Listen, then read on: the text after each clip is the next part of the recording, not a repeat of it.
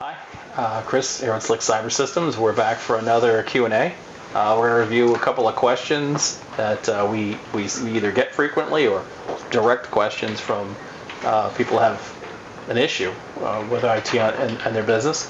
And they fire us off, some questions, and to have Jim, answer here. Do my best. All right, you ready? I'll do my best. All right, this next one's from Kevin. Kevin. Yep, Kevin. Hi, Kevin. Kevin's the GM of an auto dealership. He said he's running two locations. He has a handful of IT issues that are constantly affecting I shouldn't say constantly, more starting to affect their operation. One, their CRM that the finance and their sales team uses seems to be freezing and running slow. So accessing their shared documents is becoming an issue. That's one of their issues. Okay. They said that in addition to that, support environments that the dealership uses for parts, like ordering parts, right, putting customer things together, they're having issues with it, and they're losing the ability to capture the sales and to follow when someone wants to buy something. Wow. What are your thoughts? Well, do we know what kind of dealership this is? Like what brand? This Chevy, Ford, Nissan? GM, that's what I hear. Is it General Motors? Yeah. All right, well, I know for a fact, having dealt with a lot of the dealerships, let alone gone and buying vehicles, they use software that's provided them, by GM or Ford for Ford and, et cetera, et cetera. So, and that's the strange part, because most of that software is driven entirely by those platforms that are hosted by them. So when you were saying, it freezes or does stuff like, I would start to look at the first thing I would look at is internet connectivity. Okay. How good is it? Have you been browser hijacked? Where you're actually not going, all the time to the right site. So I would probably take a darn good look at what firewalling that you have in there on your internet connection. What's the speed of your internet connection? And then, make sure, we look at the security of each of the PCs to make sure, because a lot of dealerships today don't even have a server. I mean, they're literally just, it's all cloud-based, again, provided by GM in this case, or, again, Ford, whoever, whatever major manufacturer, because they have the systems are just they're groomed to do what they do. Yeah. And they're secure, they're good.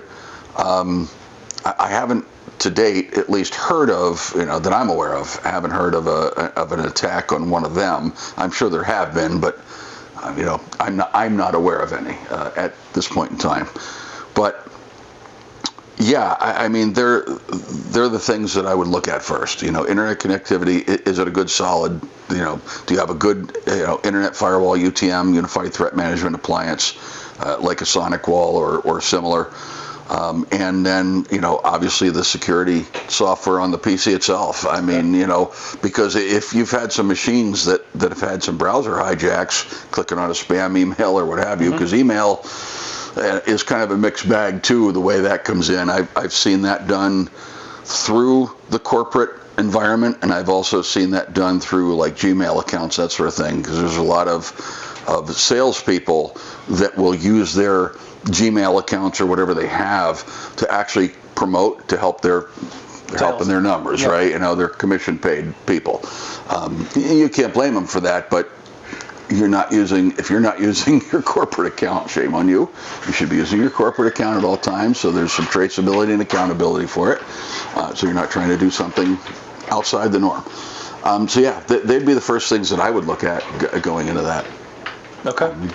Pretty much enough said on that one. I think it's one of those two or both, and but that's easy fix in my opinion, and it's fairly inexpensive fix. Just needs a little bit of time. Okay. I have another one from Natalie. Natalie? Yep. Natalie said that she manages an operation for looks like a 90-room hotel convention center. Hotel, okay. Okay. I can't really tell if it's private or if it's something. It's probably private. Okay. We've recently had several issues that are starting to pile up. Well, first one is that the guests frequently report that there's weak or inconsistent Wi-Fi during peak occupancy. So a lot of users. You're oversubscribed. Oversubscribed, yeah. They're also seeing some strange activity on our property management system. We have incidents where guest reservations and data appears to be compromised. Compromised. Yeah. Like what kind of compromise? Do we know? No, did she put anything in there? Like, what did she state about the compromise? That's a pretty strong allegation. If you think your data's compromised, you ought to be calling a pro in like ASAP. Because there's some other things, but it's not very specific with regard to what the compromise looks like. I would change your password first. Well, that's always a good thing to do. Steve, that's a great point. So even backing up to the guest Wi-Fi stuff, I mein, when they're busy and you have a bog where you don't have enough access points in there, you don't have enough bandwidth.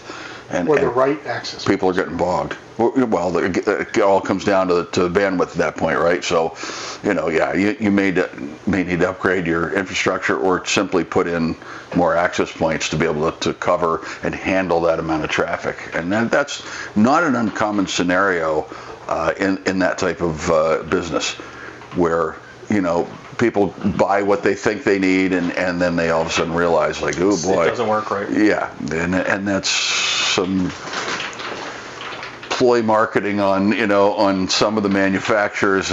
We could do this, but you really can't, and others can deliver it in spades. So if that were me, I'd go in there. It would be the first thing I'd look at and say, okay, there. As far as their property management system is concerned, is it hosted in the cloud? Is it hosted locally? I would need to know a lot more detail about that. So what are they doing? To Natalie on that because if it's local, you could have a whole different issue. You could have server issues going on. You could very well have a compromised database. So again, you're looking at border security at that point and local security. Local security meaning the endpoints as well as the servers. If it's cloud-based, it could be browser hijack. The various vectors that we've talked about ad nauseum, already. But yeah, that's to me would be the first things that I would do.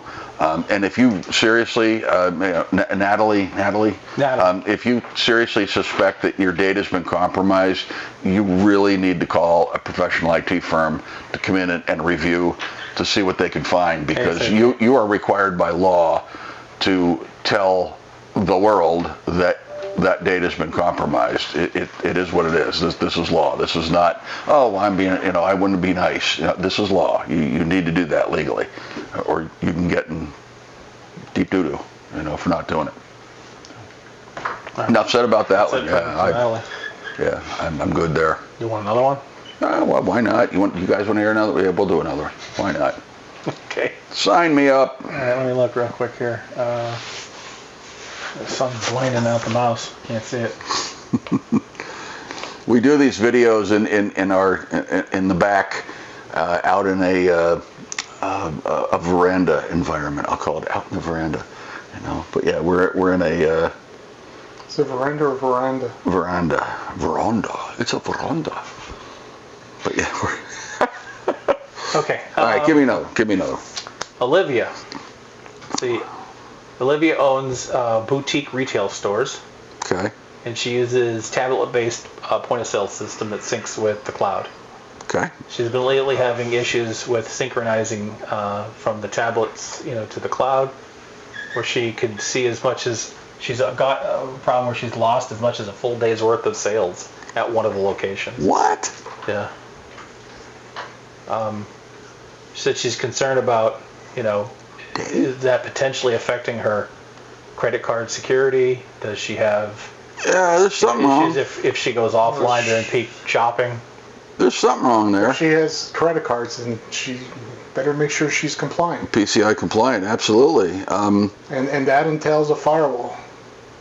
Yeah, I mean, again, I think this is another one where I'd be definitely looking at what's her connection, ISP connection, internet service provider connection.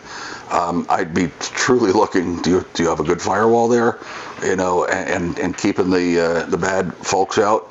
And then again, at the tablet level, did she say whether it was Android or iOS? Just tablets. Just tablets. Yeah, So it could be Windows, could be Android, could be iOS, could be whatever. But that would be kind of critical to know. Because did she say, is this everybody or is this just one or two She said one of the locations, so it looks like an entire location. Yeah. All right, so I would less likely look at the device. I'd be looking at the ISP and the whatever border security firewall UTM appliance that they have there. That'd be the first thing that I would target. Okay. Because if it's the whole thing, I would say this is probably an ISP issue, and you probably don't have a very good firewall, or maybe the firewall's crapping out and it's dropping off. So while this thing's trying to sync, could be the ISP doing it too, right? Like, we've never seen that before. Well, especially if you have commercial grade. Yeah, true. Yeah, well, and even if it is, she has two locations. I would hope she's running commercial grade, but even so, we've seen, like cable modems, for example, we've seen them go bad and they'll just blip, out of nowhere. So if that's happening randomly where you don't necessarily notice it, because if they're running the app locally on that tablet and it's just doing periodic synchronizations, then the ISP could be like that, or your firewall on the verge of fritzing out, and that would be my clue there. It's probably one of those two for what she's experiencing. But yeah, I mean that's pretty easy stuff across the board to look at and figure that out. And that's not a big deal. Okay. Good luck. Yeah, good luck. We'll let's we'll keep this to maybe 3 questions because my brain's getting a little full. Okay. And we'll do some more. So. All right. That's it. You want to do the close? Go do the close. Yep. I do. We're Slick Cyber Systems. Jim, Steve. I'm Chris. You can give us a call online. Visit us at slickcybersystems.com. Call telephone number 570-215-8888. Either one, whatever works best for you. Reach out to us. Drop us an email like some of these other users have. Given us, some questions on what, Or on the videos. We've got a lot of these from the videos too. So yeah. I mean, wherever you need to post a question, and we'll do our best to answer. Yep. Okay. Have a great day. If you find this content helpful, please like the video, subscribe, and share with your friends and your colleagues. Thank you.